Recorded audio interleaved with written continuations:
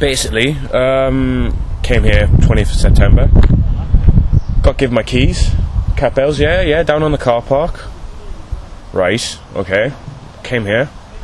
Opened my door. It's a room that's 2 by 2.5 meters. It's the smallest legal space that they can give us. Now I've done my research and all that.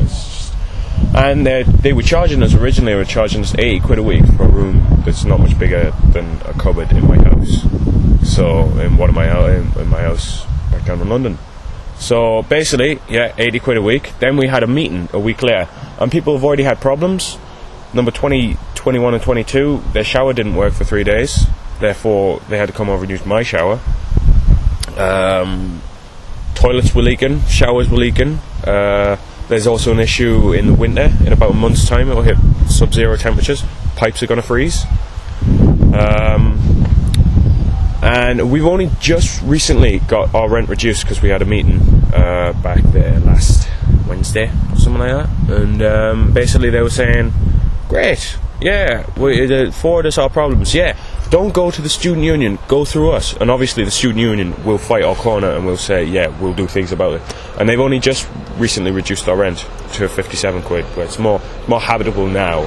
But 80 quid a week as a student, just not feasible at all.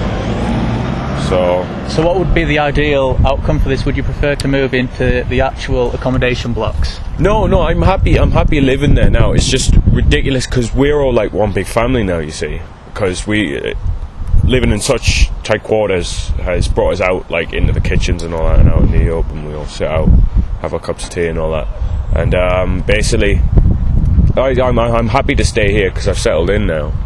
I mean, if you moved over to the drive, you'd be like enclosed in a room, where if you've got a room that's 2 by 2.5 meters. But still, it's still inappropriate for us to be living on a car park in porta cabins. It became apparent in around June time, that we were running out of accommodation on this campus due to demand from new students.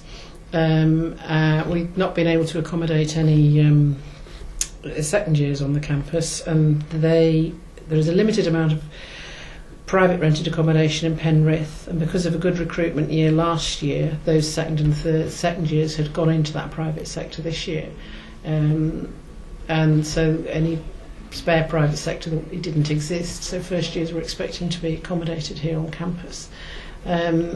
There was a strong interest in the campus, and recruitment was good, and we needed to provide some accommodation, and this was the only option, was to do some temporary accommodation.